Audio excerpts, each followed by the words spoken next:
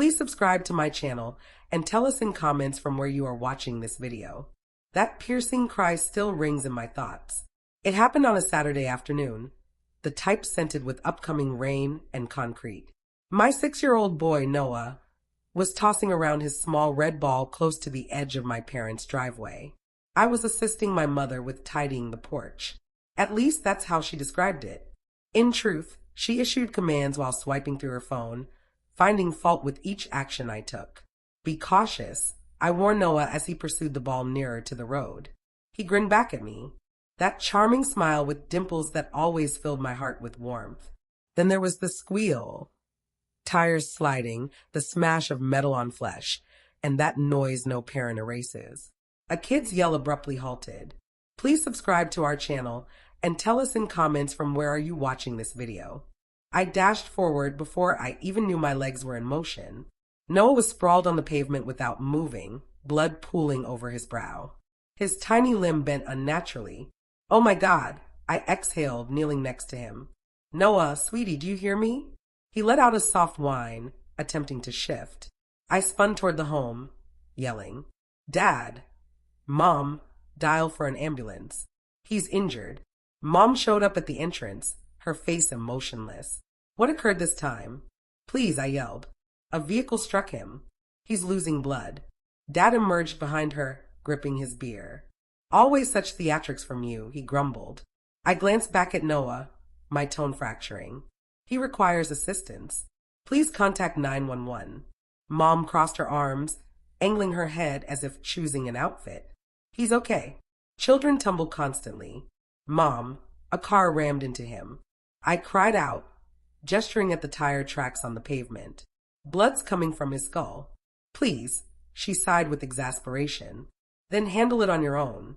Why squander cash on emergency services? You can't cover your own expenses.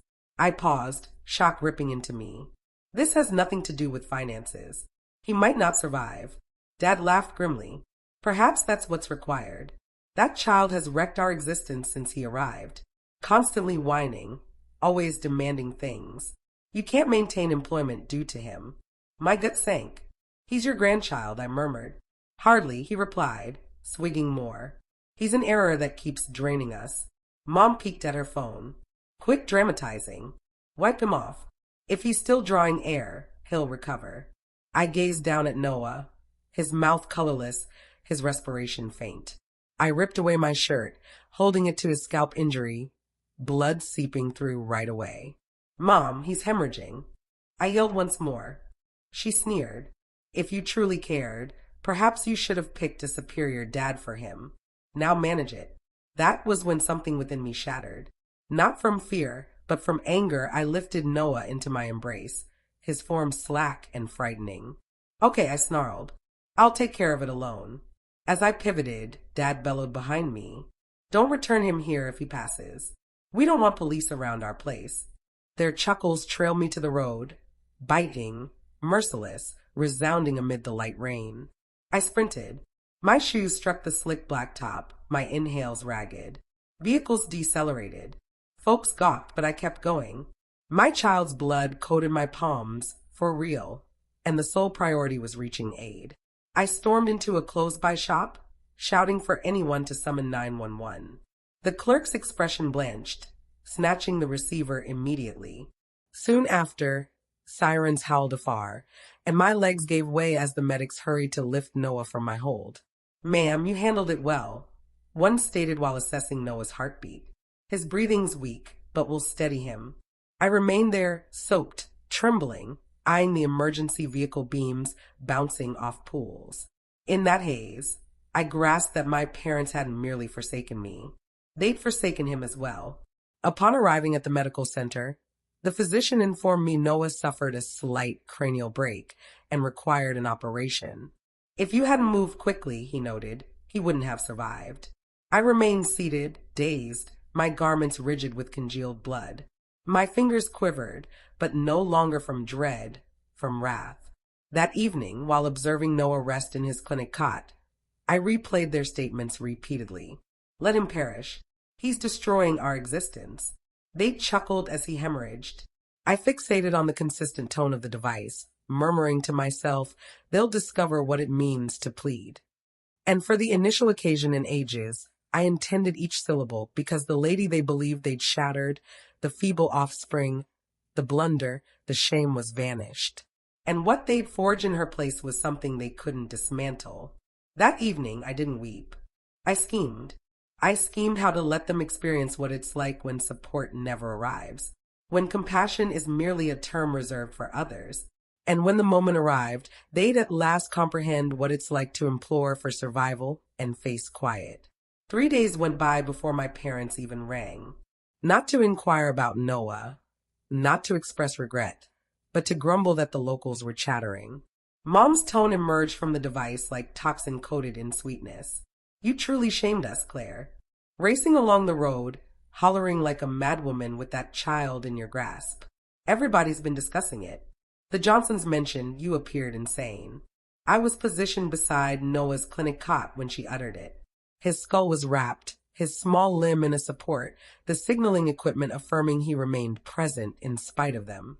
Mom, I stated, my tone unsteady. He nearly passed away. You abandoned him there. She exhaled as if I were overacting. You're acting harshly. You know your dad has pressure problems. We couldn't manage the tension. Anyway, what could emergency services achieve that some downtime couldn't? I gripped the device so firmly my joints paled. Downtime? He has a cranial break. Oh, cease amplifying. You perpetually distort matters to portray yourself as the sufferer. That's why no one regards you earnestly. Before I could reply, Dad's tone interrupted from afar. If you'd simply monitored your urchin rather than chattering, this wouldn't have transpired. Don't reach out again until you've acquired some manners. And then the connection ended. I simply remained seated, gazing at the device. The clinic chamber's barriers constricting around me. My mom scent clung to the cardigan I'd taken earlier that week. I could nearly detect her chuckle in my mind. That harsh, indifferent chuckle that pursued me through youth. Mom. Noah's faint tone drew me back. I glanced down and compelled a grin. I'm here, sweetie. I'm right here. He fluttered his eyes, moisture gathering in his fringes. It aches. I understand. I pressed lips to his palm. But you'll recover. I vow. In that instant, something solidified within me. For years, I'd strived to gain their affection, tidying their residence, providing funds I lacked, accepting each slur silently because I believed kin signified pardon. But kin doesn't chortle while your offspring hemorrhages. Kin doesn't advise you to allow your boy to perish. So when Noah eventually roused the following day, more robust, murmuring for his play vehicle, I recognized precisely what needed doing. I didn't return to their residence. I didn't phone to inform them. I barred their contacts and relocated to a modest unit near the clinic. Noah required treatment, relaxation, and tranquility, elements my parents could never provide. Weeks elapsed and the debts accumulated, but I ignored it. I pulled extra hours at the eatery, dozed on the sofa next to Noah's cot, and preserved each invoice like protection. Every cent I gained demonstrated I could endure without them. Then one afternoon, while preparing for my shift, my building manager rapped. An elderly pair is below seeking you, he mentioned. My torso constricted. I didn't need to inquire their identity. When I ventured out, they stood there. Mom in her pearl studs, Dad in his iron top, the ideal neighborhood facade. But their expressions they'd weathered. The haughtiness lingered, but another element, too. Urgency. Claire, Mom uttered gently, as though she hadn't hurled malice at me weeks prior. We arrived to converse. I folded my arms. Why? You clarified what my boy signifies to you. Dad coughed. We've encountered some money woes. I hoped. Halt. I stated, advancing nearer. You hoped what? That I'd overlook how you lingered while he hemorrhaged. That I'd feign you're decent folks. Mom's mouth quivered. You don't grasp. We were frightened. We didn't intend. I halted her. You intended each phrase. You said allow him to perish. And you chuckled. Her complexion drained. We didn't realize he was that injured. You didn't concern yourself. I stated, tone subdued, composed, alarming even to myself. And now, when you're the ones draining funds, you appear here. You assume I'm still the young woman who pleaded for acceptance. But that young woman's departed. I swiveled and headed back to my entrance. Dad summoned after me, his tone fracturing for the first time ever. We might forfeit all, Claire. Please. I paused but didn't pivot. That's amusing, I remarked icily. You didn't mind when I nearly forfeited all. Their quiet informed me they at last comprehended the power change, the result of harshness. But I wasn't finished yet. Because what followed wasn't quiet or evasion. It was fairness, gradual, intentional, and indelible. Mom appeared once more 2 weeks afterward. This occasion, she skipped the pearls. She bore weariness, flawed makeup, swollen eyes, and the sort of shaking fingers I'd only witnessed when she clutched a smoke amid a tempest. Dad wasn't accompanying her. She positioned outside my unit entrance, grasping a packet. Claire, she murmured, please allow me entry. I didn't. I moved into the threshold, maintaining the chain secured. Behind me, Noah's giggles resounded softly from his chamber. He was arranging his play vehicles once more, humming out of tune to an animated melody. That noise, that delicate small delight, reminded me precisely whom I was safeguarding. Mom's gaze shifted toward the sound. He's fine. He's surviving, I stated bluntly. Something you didn't desire. Her jaw shook. Don't utter that. We didn't intend it. Like, you said allow him to perish. I interjected, each term striking like shards on flooring. You said he demolished your existence. You said I wasn't worth rescuing. That wasn't a momentary lapse. That was truthfulness. You at last voiced what you always believed. She drew an unsteady inhale, clutching the packet firmer. We forfeited the residence, Claire. Your dad. He wagered the pension savings. We're destitute. The institution's locking all. I figured perhaps you could assist us just until we recover stability. I observed her for an extended period. There was an era when that statement would have devastated me. The offspring, eager for her parents' affection, would have discovered a method to save them, believing maybe this occasion they'd view her as kin. But not any longer. Do you recognize what this is, Mom? I inquired softly, shifting aside sufficiently for her to glimpse inside the unit. The tiny eating surface with one celebration globe still attached to a seat. The colored sketches on the barrier. The young boy's cover arranged tidily on the settee.